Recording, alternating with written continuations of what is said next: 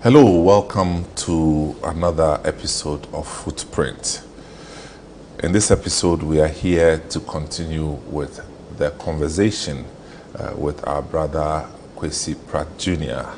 as he takes us on a walk of the journey of his own life. We will take a short break.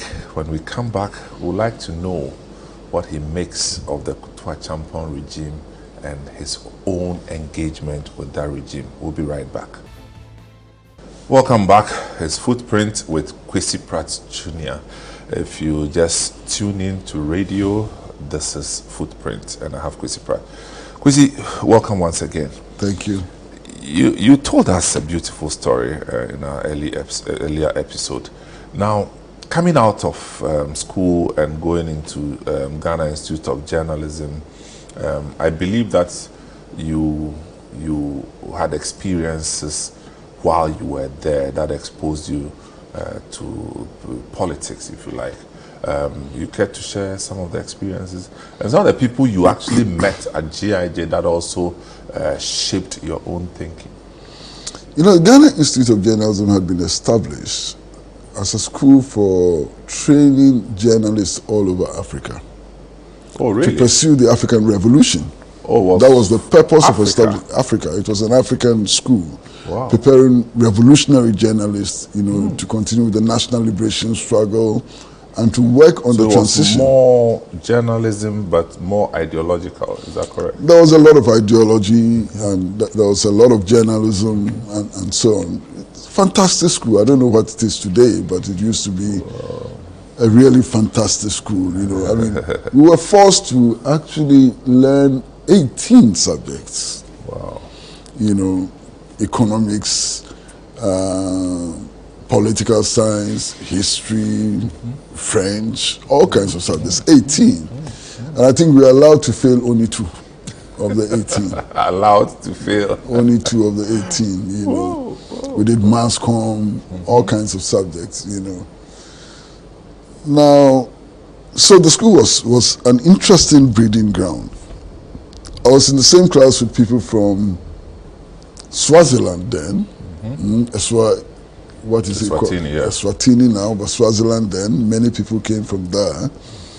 There were people from South Africa, who were in the same class, all over the world. I mean, wow. Lots of people from Nigeria, from Sierra Leone, from Liberia, and so on. So it was a melting pot of some sort, And interesting experiences. Wow. At the time, the struggle against apartheid had peaked, and all of us sank very deeply into the anti-apartheid struggle then. There were Ghanaians who were met there who were politically, perhaps, way ahead of me at the time. I mean, there was a guy who eventually became one of the most prolific writers for Ghanaian Times called Frank Fiao. And Frank Fiao was a year ahead of me, but we worked very closely together on the politics and so on. One of my classmates was Salma Al-Hassan. Oh, really? Yeah, Salma was my classmate in the School of Journalism. Who used to be at GBC? Yeah, she became a newsreader at GBC. I mean, one of the extraordinary women that I've met in my life. Wow. Salma, she's still extraordinary, I mean, in those days, look, Salma's beauty was legendary. I mean, Salma, she was really beautiful woman, And also intellectually, she was quite advanced, wow. And her mother being Suzanne Lassan, who had been a minister in the Nkrumah regime and so on. She was quite close to politics and understood it, And there are many, many people that we met there, Some of them didn't take journalism far. Okay. But in many ways, they contributed to our own development and so on. So at this time, by the time you came out of Ghana Institute of Journalism, who was the head of state? I came out in 1974. General Champon was still the head of state, And I came out and worked with the Ghanaian Times, which was then edited by an extraordinary journalist, Kwame Jewuchem. You know, a lot of people didn't like him. He didn't have a lot of fans in those days because of his support for Achampong when Achampong was becoming very unpopular and so on. Oh, okay. But I would say that he was one of the most principled journalists that I ever worked with. Wow. And his brain was huge. Something He had else. a big brain. I mean, Wow. he read a lot. Kwame Dewuchem read a lot. He was convinced about what he was doing. And he taught me a certain kind of journalism, which is, you know, I mean, I'll tell you stories you would not believe. Kwame Dewuchem is writing a negative story about a minister. Okay. And then he would walk into the editorial room and say, look, I want the ugliest photograph of this gentleman. And it's a competition. We are all looking for the ugliest photograph of this gentleman. Because he knew that the photograph itself also told a story. You understand? So for him, it wasn't just the writing, Text, the reporting, and so on. Everything mattered to him. Yeah. The photograph, you know, the sub-editing, you know, and so on. He was a fantastic journalist, and I learned under his feet.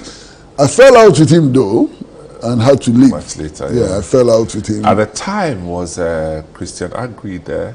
No, Christian Agri was then, I think, working with Daily Graphic. Oh, okay. But he joined. He joined later came- Ghanaian Times much later. Had left. Oh, I had joined the Ghana News Agency, and I had left the Ghana News Agency to become the public relations officer of the National Youth Council before Christian Agri came. Oh, right. But Christian Agri was cast in the mold of Dewuchem somehow. His temperament, his commitment, and so on. He didn't care what people said about him, you know. But he was such a calm man. Well, all of them were calm. Dewuchem was not a rowdy person, you know. His tenacity and so on gave a different image of Dewuchem. Now, for me, I had known Dewuchem when I was very, very young. Maybe when I was a toddler. You know, he had worked with my father at a cocoa purchasing, government-controlled cocoa purchasing company in Tafo and so on. So he knew me as a child. Oh, wow. And that was one of the reasons why we fell out, you know, quite easily. I had done something, written a story, which had created a storm. And then he walked into the editorial room and said, but you urinated on my lap. How can you be telling me, you know, how to practice my journalism and so on? We had a tiff. And I walked out of Ghanaian Times and never went back to Ghanaian Times. Oh, wow. You know. And then you went to GNA as well? I went to Ghana News Agency for many reasons. In fact, when I graduated from the Ghana Institute of Journalism, the Ghana News Agency wanted me to work there. You know, but I preferred Ghanaian Times because of the editor's personality, because of the impact the Ghanaian Times made at the time. At the time, the vendors were doing conditional sale. If you want to buy Ghanaian Times, you have to buy graphic. You know, Oh, as a really? condition. Yeah, Ghanaian Times was the newspaper of the time. you know. Was the newspaper? Newspaper of the time. So I chose to work with Ghanaian Times. I hope for it's that still the reason. case. I don't know. But the pay was horrible. You know, the pay was horrible. I mean, in those days I was earning, I think, 74 cedis a month. Cedis, valued then. In today's value, it would be less than 74 pesos, you know. No. Please value it in dollars. Then we'll know that. It would be worse. Oh, no. It will not The exist. dollar at the time. Yeah, it was almost 1-to-1. Really? Almost 1-to-1, you know. But I was earning 74 cedis a month. And young man, I didn't need much, you know, and so on. But then the Ghana News Agency offered me, I think, 136 cedis a month. You know, to become a senior reporter with the Ghana News Agency and so on. And the general manager then called me and said that, look, they needed to strengthen their central regional operations and so on. He thought that I should go to the central region. So I went to the central region as a senior reporter. Which year? This must have been 1975 Still under Kufuor Champong. or 6. Still under Kufuor Champong, you know. But then I was Who was placed the at the commissioner then? upper level. The commissioner was Not Benasco? no, in the central region. Yeah. No, it wasn't Banasco. I think it was Colonel Dawuni. I worked with okay. Colonel Dawuni as commissioner. All right, that will be the second part of Kufuor Champon, when he decided to Yes. push people from different regions. And another colonel whose name I've forgotten, he was there before Dawuni. Not Beidou. No. Beidou, yes, Colonel Beidou. I worked with Colonel Beidou, also a Central Regional. I remember his mustache. Commissioner. Man. Yes, a fantastic guy too, But, so, move from 74 cedis to 136 cedis was huge. And I was at the upper end of the scale, because I negotiated my salary. I was at the upper end of the scale. And so I was in the Central Region, working for the Ghana News Agency for 1 year. Oh, okay. And then I quit to become the public relations officer of the National Youth Council, and that was a huge jump. Still under Kufuor Champon. Still under Kufuor Champon, huge jump. From 136 cedis a month, I was now earning something like 380 cedis a month. Wow, you remember all these? Yeah. It was such a huge jump. 22, 21, 23 years old, had so much money. I mean, those days, bought my first car, life was easy. Life was easy, cool, and so on. And in those days, my salary was the equivalent of the salary of a principal secretary then. Whoa. No, as that was chief huge. director today. That's At huge. that age, with so much money and so on. And having a media background and having a face recognition and a name recognition, it was out of this world. Wow. And before then, I had also done television. I'd done radio. I started doing radio in 1969. Obviously, GBC. Oh, GBC, of course. I mean, my first radio program was on the Uncle Frank Show, which was then hosted by Frank Autry, 1969. I was still in secondary school when I started doing radio. And then later I started doing program with people like Dusty Wayne, all of them. Dusty Wayne. Dusty Wayne and all of Wow. them. Blessed memory. Yeah. But then I got into television very quickly. And I became a co-host of a program which was then called In Town. And I co-hosted In Town with Emilia Cromwell Adama. You remember? Yeah, I do. Emilia Cromwell Adama. The producer of the show was John Gafachi, and so on. So I was doing television. Wow. And then became almost, a frequent guest on the Mike Egan show. Wow. Wow. Frequent guest on the Mike Egan show. Welcome Yes, to the show. yes, yeah. Bam, ba, da, da. Mike Egan was also extraordinary. Amazing. Really Amazing. extraordinary. Yeah. And then I hosted Talking Point for a while, which was one of the biggest talk shows, in the country at Did the you say time. one of the biggest? Well, maybe the biggest. It was. I mean, it preceded Osofo-Dazi. Yeah. In fact, that's the reason we never got to know what they ever discussed. Yeah. Well, we were just waiting for Osofo-Dazi. That's all. But then I did lovely. Talking Point and did many other programs. Leaders of Tomorrow. Oh yeah, And that so one. on. I did all of So those. at which point did you start engaging with the political systems? From very early, maybe secondary school. Yeah, as in, engage will be a milder word, confronting the structures of politics. I think secondary school. Luther in secondary school?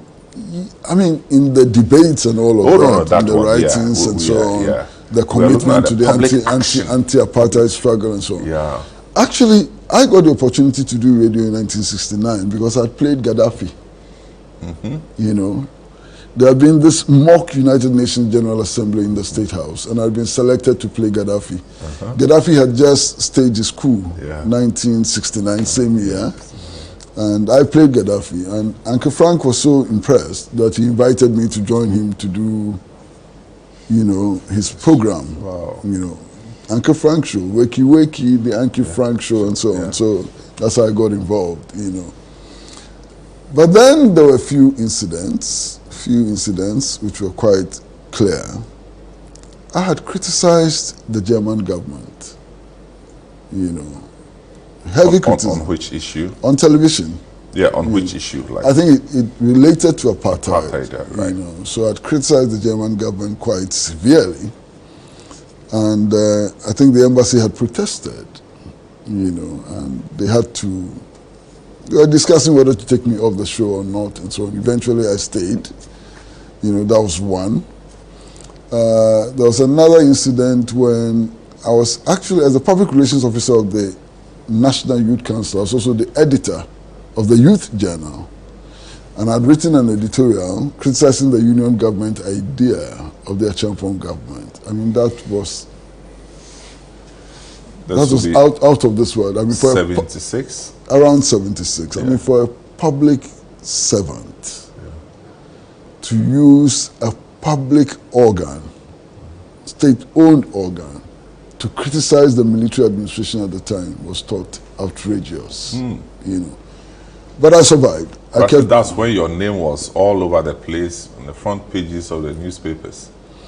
No, that happened much, much later under the PNDC. I did something which everybody thought was totally crazy. But something that I had not calculated, I had not planned. You remember when Dr. Kwesi, as Minister of Finance, held a press conference. In those days, the budget was read at press conferences. So we had read this budget at the press conference. I was then working with the Ministry of Information, the Information Services Department. I was in the audience. And I got up, I took the microphone and condemned the budget, and warned that something was likely to happen and that the people of this country could not take this nonsense, and so on. As a public servant? I was a public servant then. I was working with the Ministry of Information, and I was in the audience. And this went far. This was a live broadcast. Initially, there was some hesitation about giving me the microphone, but I persisted. I persisted so much that it became obvious that I was being ignored, and I was handed over the microphone, and I made this statement, and it caught the country like electric fire. I mean, I cannot remember anything which was so sensational, more sensational than this at the time. So when I finished condemning the budget, I walked out, and at the entrance, everybody came to me and said, "We are going to die. They are going to kill you. You have to run." I said, "Run to where?" This was 83, 82, 83. About 85, 1985. Okay, and that was about 1985. So I said, "Run to where? I have nowhere to go." So I went home, and There's still Kotobabi that time? No. At that time, I was living in a government flat at the airport residential area on White Avenue. That's where I was living with my young family. And I got arrested. And I spent that time 3.5 months in prison.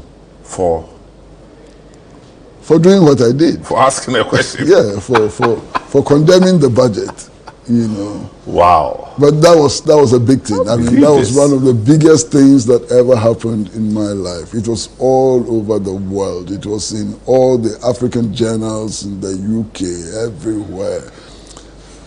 So I had become very, very sick. I was even worried that I was going to die in detention. I was very, very sick, And I was trying to get to Chris Bukari-Atim, who was then a member of the PNDC and whom I had known, from the student movement and so on, but I wasn't getting the chance to see him. So eventually, Napoleon Abdullahi, who is currently Ghana's ambassador to Mali and who had been a very good friend of mine and a comrade and so on, got to know that I was sick. And he came to the guard room, and he was alarmed when he saw my condition and spread the word and so on. So the decision was made to release me. And on my release, at the time I was being released, Dr. Kwesi had then become the chairperson of the National Youth Organizing Commission. And Kwesi had made the point that I should be released and that he wanted to work with me and so on. So I went back to the Youth Council, who had then become the National Youth Organizing Commission, NYOC, and worked for a few months. Because a decision was made that I was a security risk and should not be allowed to work in such a sensitive organization. So I was actually dismissed by press release, on account of my being a security risk. And then ended up, through all kinds of things and so on, becoming the public relations officer of the Ministry of Youth and Sports. That's how I became the public relations officer of the Ministry of Youth and Sports. So they chucked you out of NYOC, a government institution, and then you ended up with another government work. Ministry. The NYOC was considered more sensitive than the ministry, so I was moved there. At the time, Mr. Zara Yebo was then the PNDC Secretary, Minister for Youth and Sports, and who was a friend that I knew. He had been a mate of my brother in the university and so on. I knew him quite well, and I thought that he was a very reasonable person and I could work with. But even there, it didn't last. The decision was made that I was still a security risk and should not be working in the ministry. You had your own mind, that's the thing. So I was chucked out of the ministry. Question I asked was, did you ever work in the Rawlings system? In fact, for young people who were outside of the space, we initially thought that you were also part of it. No. From NYOC, I had lots of friends at NYOC who kind of drew us into the socialist, ideologies, like when Gaddafi came, organized a Green Book Study Club. We used to go for the club sessions, stuff like that. So, you see, something very significant happened, I think, in October of 1982. That was the time that there was the attack on the left in government. That was around the time that Chris Bukari resigned. There was an attempt to... That was later part of 82. I think so. Yeah. There was an attempt to assassinate Zayebo in his official residence. And he left Ghana, right? He left Ghana, he went into exile. Many of the young people, were chased around. People like Kwesi and so on, had fallen out of favor with the government. So around that time, there used to be the Soviet Cultural Center in Osu, where we used Kuku Hill. We used to congregate and so on. And I was invited to give a speech. And I recall that in my speech at the time, I condemned the harassment of the left elements in government and made the point that the very flowers of the revolution were being destroyed and so on. Again, people thought that I was crazy. To make that kind of statement at that time was extraordinary. And perhaps that also began a certain relationship that developed between me and the left of the PNDC, which had left the government. And gone into exile. Remember some of them, like? Oh, many of them. Eventually, I went to the UK, met Krista Team and others, and we had a working relationship of some sort. I had a particularly fruitful relationship with what became known then as the United Revolutionary Front. And in the United Revolutionary Front, there were many people like Napoleon Abdullahi that I was spoken about earlier, Tata Ofosu, Yaya Yen, Nicolas Atampugri, so many of them. We worked so very closely together then. From and them. They were all living in the UK. There were many in exile. In exile, generally. In exile. Okay. And they became also the fulcrum for the movement for freedom and justice, which actually led the struggle for the liberalization of politics in Ghana. Eventually. Eventually. They were part of it. Yeah. That was part of it. There was also the Democratic Alliance of Ghana, which involved people like Odro Kwati, Bright Odro Kwati, and then there was another group led by J.H. Mensah, Vice President de Graaf Johnson, and so on. Eventually, we all came to work together. We came to work together. All in the UK. No, mostly. we were working here and they were working in but the UK. Johnson was in the UK. He was in the UK, but I met him a couple of times in Exile. Yeah.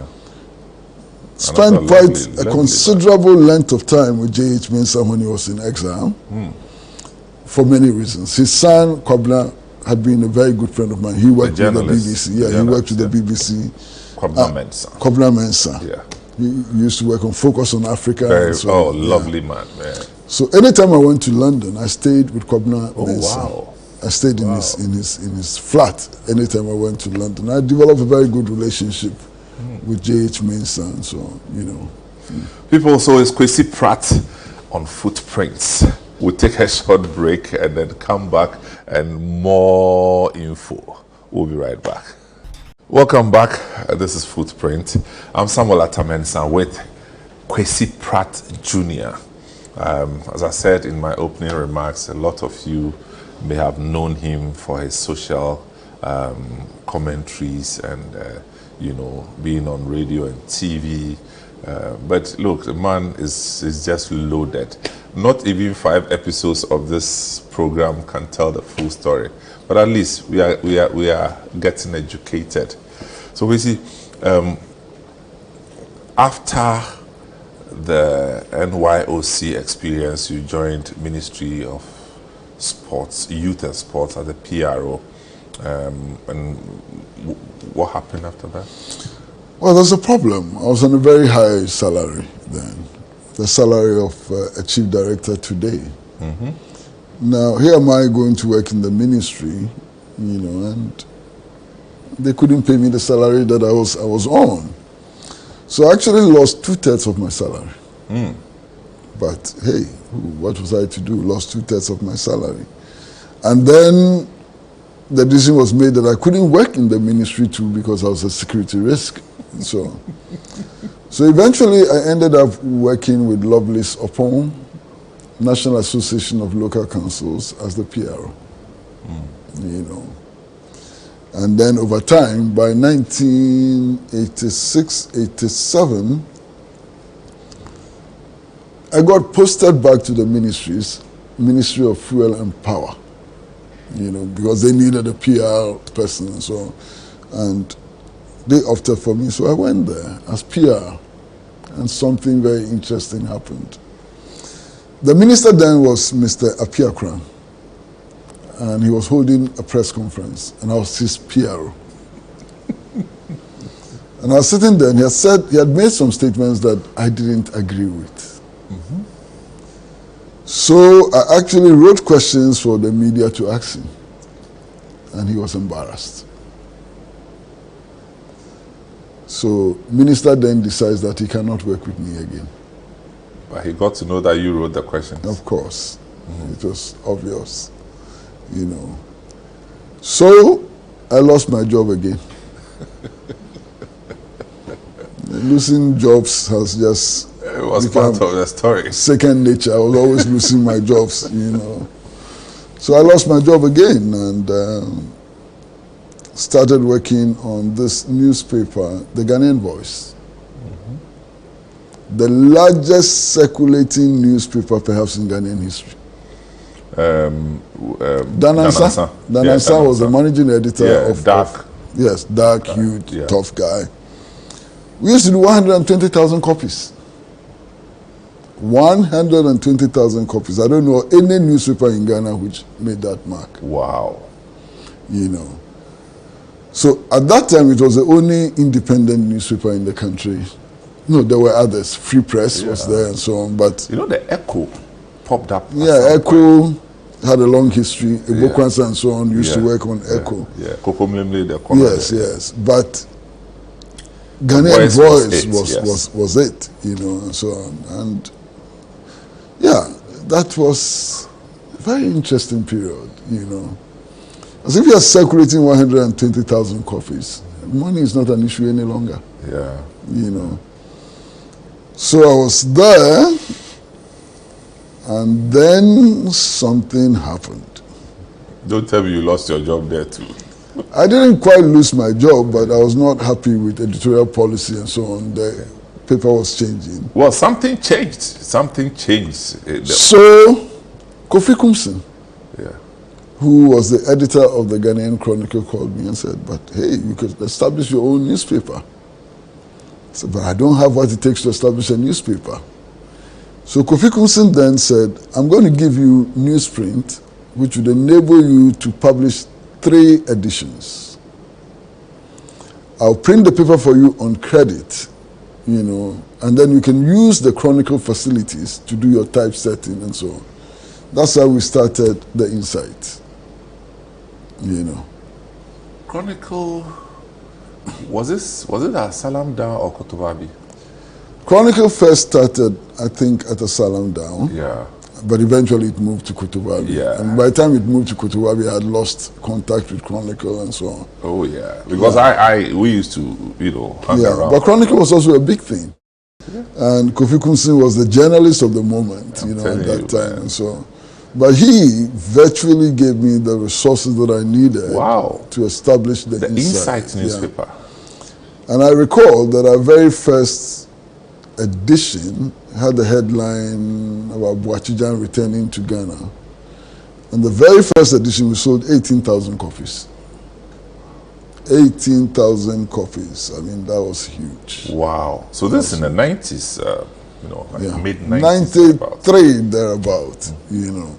And incidentally, the Insight was launched by Jacob Echebilamte. Was owned? Launched. Oh, launched, okay. By Jacob Echebilamte, you know.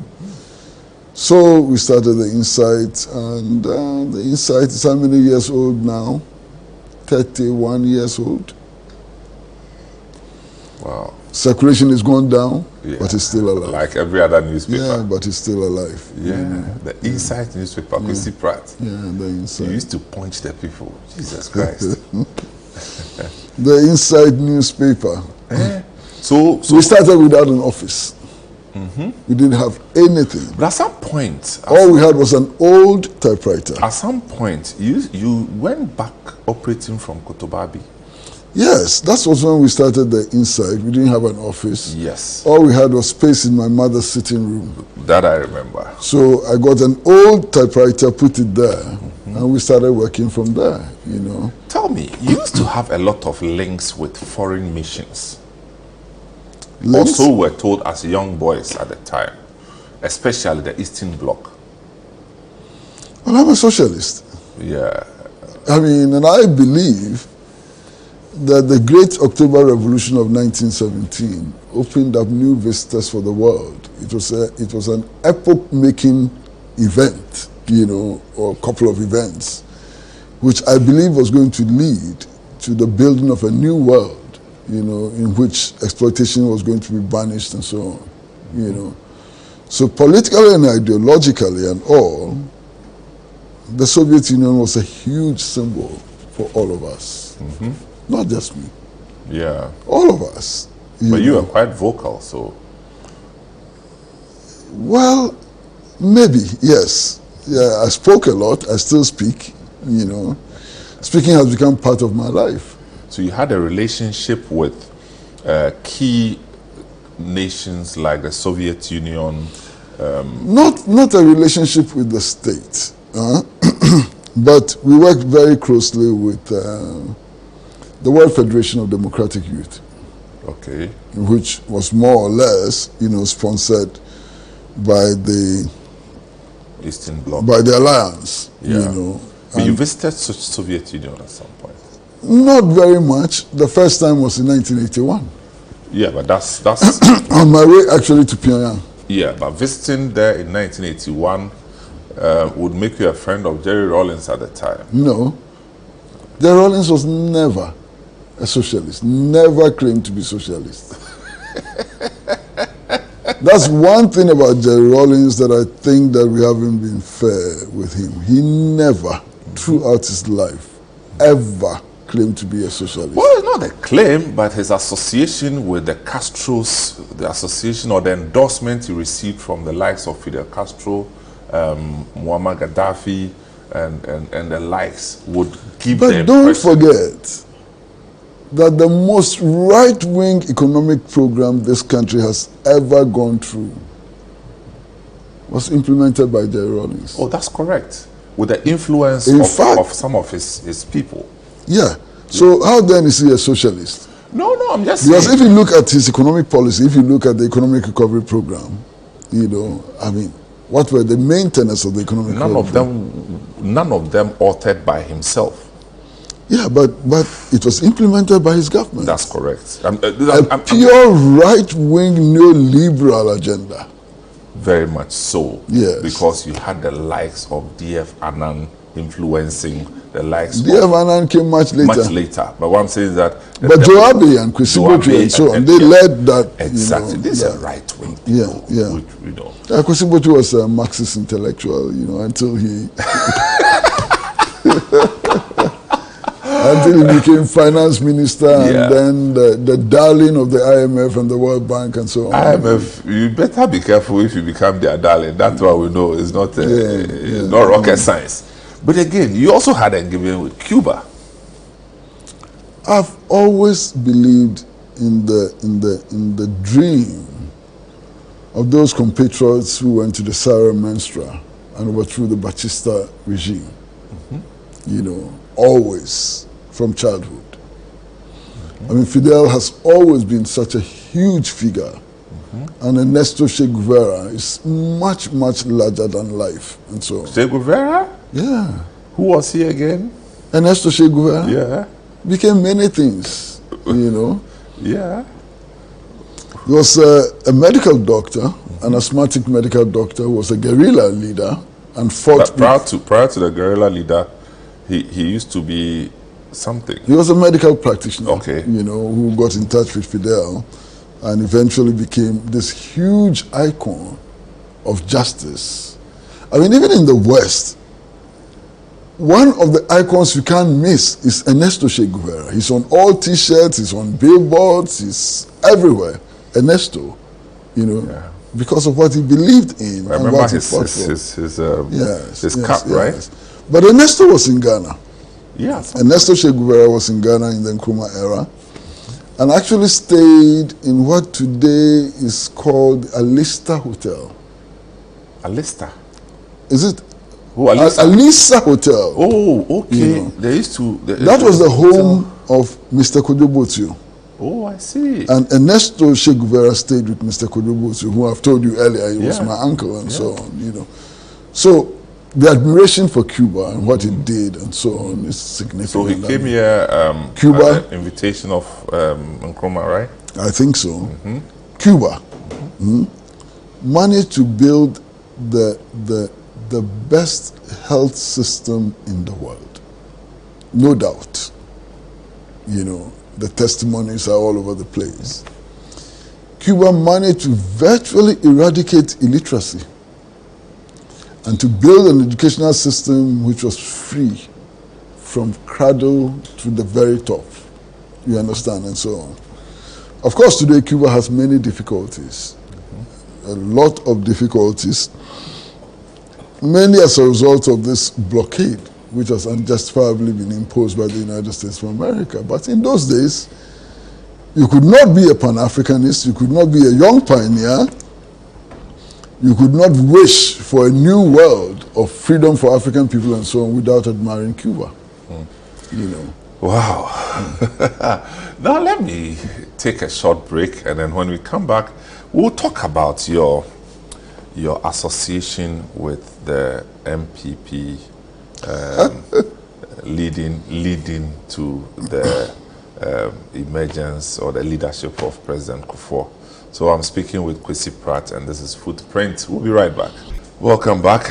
It's Footprint with Kwesi Pratt Jr. So Kwesi, you fast forward, you now got yourself post-Edubuahin, found yourself on the same side as what would then become MPP, because if you like, you all had the same enemies, or you had a common enemy in the person of the Rawlings regime. Can you tell us the story, how you got into it with the likes of Nyaho Tamaklo and the rest, leading to the movement, the Kumi Preko and all these things? I think I'm going to be quite brief because obviously you don't have enough time.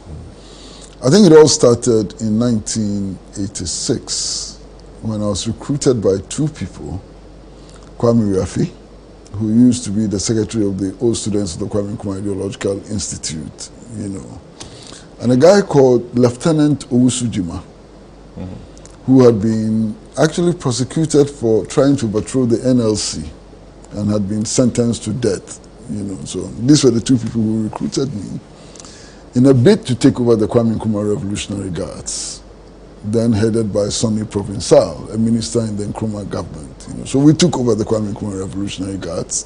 In 86? 85, 86, Yeah. we took over the Kwame Nkrumah Revolutionary Guards, and I became its general secretary. Okay. So we decided to wage the battle for the restoration of multi-party rule in Ghana. And we started, held press conferences, did all kinds of things, taught the whole country. At that time, it was not popular. Oh, yeah. You know. At that time, the boom speech of Edu Boyne had not even happened, and so on. So we started this vigorous campaign. And then we got arrested. No, before we got arrested, we realized that we could make a lot more headway if we united with other forces. So the first alliance we built was an alliance with the African Youth Command and the New Democratic Movement. The African Youth Command pulled out of the alliance without explaining very early. Who were some of the personalities there? SS Bafuwa was the General Secretary of the African Youth Command. There was a Dr. Akufo and so many other people. Dr. Akufo. Dr. Akufo. He used to be in Tema and so on. Yeah. So we built this alliance. The alliance I think he collapsed. was from the mountains, obviously. Yes, yes. The alliance collapsed. They left. So we were left with the New Democratic Movement. And then we brought in eventually the United Revolutionary Front, Democratic Alliance of Ghana, and so on, and built this front for campaigning for the restoration of multi-party democracy. Then we got arrested in 1986. One of the biggest arrests which was made at that time, myself, Kwame Kakari, Akoto Ampao, Kokubaku, and after today, I cannot explain why Kokubaku was arrested at the time. Because he was not part of the alliance, you know. He was a well-known radical and so on. As a matter of fact, he had recruited me into the movement for freedom and justice. Okay. No, he had recruited me into the, I've forgotten what name it was, Yeah, but into one of some them, MONAS, Movement on National Affairs. Okay. You know, he recruited me into Movement on National Affairs and other structures and so on. But at this time, he was not part of the alliance, but he was arrested, along with Ralph Kugbe and so on. We were arrested then. So when we came out of prison, we realized that we were not strong enough. If we could be picked like chicken and put in prison and so on, we were not strong enough. So which prison would this be? At the time, I think I went to the Akuse prison, okay, and eventually ended up at the medium security prison in Nsawam. You know, no, wrong. At the time, I ended up in the Navrongo prison. I'm talking about Navrongo and Tamale prisons. The prison by the roadside in Navrongo. Yes, I ended up there, you know. But then we decided that, look, we needed to become stronger than we had been. So the plan was to bring on board all the different political traditions. So I led that exercise with Ndebugri, John Ndebugri, Kwame Riafi, Akoto Ampao, and Owusu-Jima, Lieutenant Owusu-Jima. We led that effort, you know. So we went to the CPP.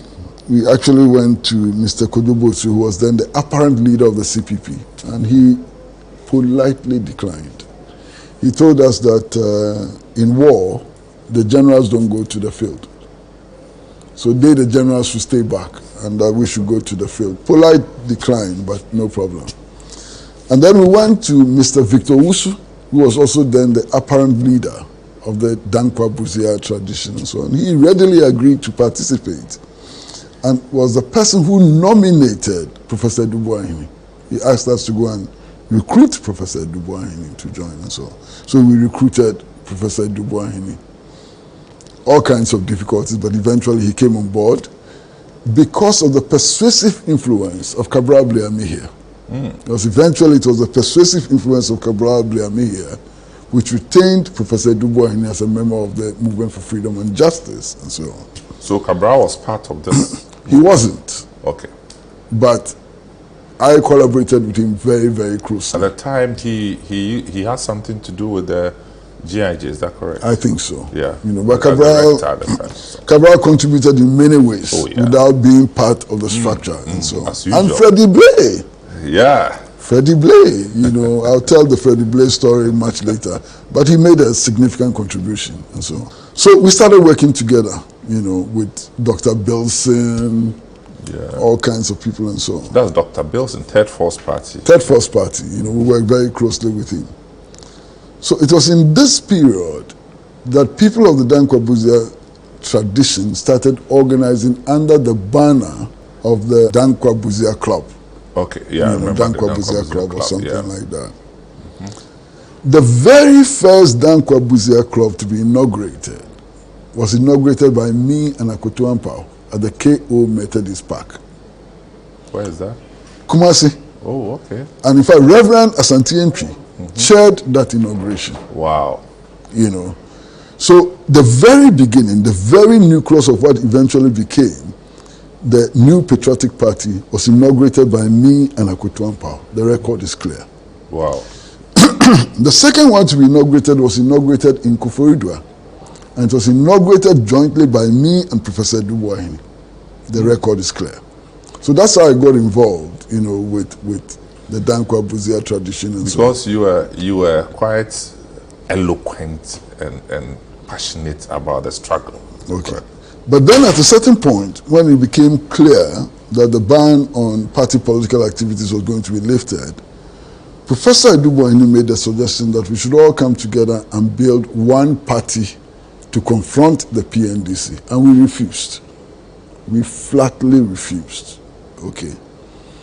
So that is why I did not become a part of the party and so on. But even when the New Patriotic Party had been formed, I used to work from the headquarters of the New Patriotic Party.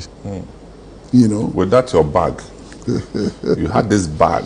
The bus conductor's bag. The bus conductor's bag. Yeah. But I used to work from the headquarters of the New Patriotic Party. I could walk into the headquarters anytime. Yeah. I could walk into any meeting. So this is when Ejeni Mboating was secretary, right? No. The first general secretary of the New Patriotic Party was Darocha. Darocha? No. I'm looking at it in terms of the time. Of course, Darocha. Yeah. And I used to work very closely with Darocha. Oh, right. As a matter of fact, before we recruited Professor Dubois-Hini, we tried to recruit Darocha, you know, into the Movement for Freedom and Justice, and he refused. Okay. He completely refused to become part of it. But he was a good man. He had been a very good friend of my father and so on. I knew him very well. And that's how we had the courage even to approach him to try to recruit him. But he refused on some grounds and so on. So this became the relationship that developed, you know. Then we formed our own political party. And for various reasons, which we can discuss later, it had all kinds of difficulties. What was the name of the party? PPDD, the Popular Party for Democracy and Development. You know. I almost forgot about that party. Yeah. PPDD, yeah. Kwesi Pratt. Yeah. Yes. But that's how I eventually became a founding member of the Convention People's Party. Yeah. Because the Convention People's Party came together as a result of the merger of the PPDD, the Convention Party. Was PHP there? PHP, and then a faction of the PNC. The PNC as a whole did not join the CPP, you know. So we became the founding members of the Convention People's Party and so on. Yeah. And then, of course, we went into the Great Alliance. Yeah, in 96, right? Yeah, Great Alliance, where Vice President Akal became the running mate to President Kufuor and so on. And I worked with the Kufuor campaign team very, very strongly. Very, very strongly. I did all kinds of things. And then eventually President Kufuor won the 2000 elections and became president in 2001. And then, of course, everybody knows I fell out with the Kufuor government. Yes. Fell out with the Kufuor government, became a victim of vile propaganda.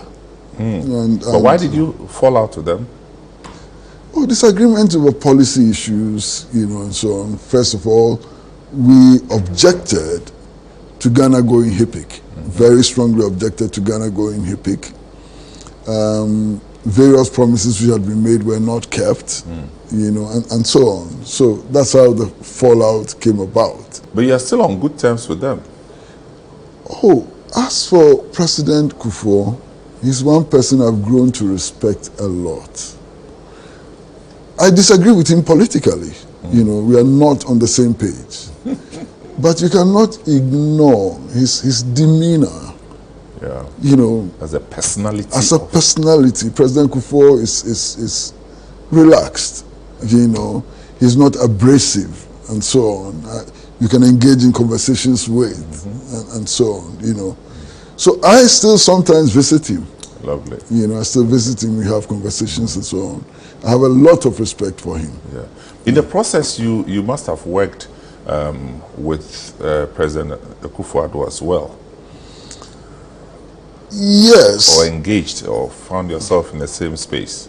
One of the most important things was that President Akufo-Addo and I were engaged in a very long battle in 1993, when the New Patriotic Party published the Stolen Verdict.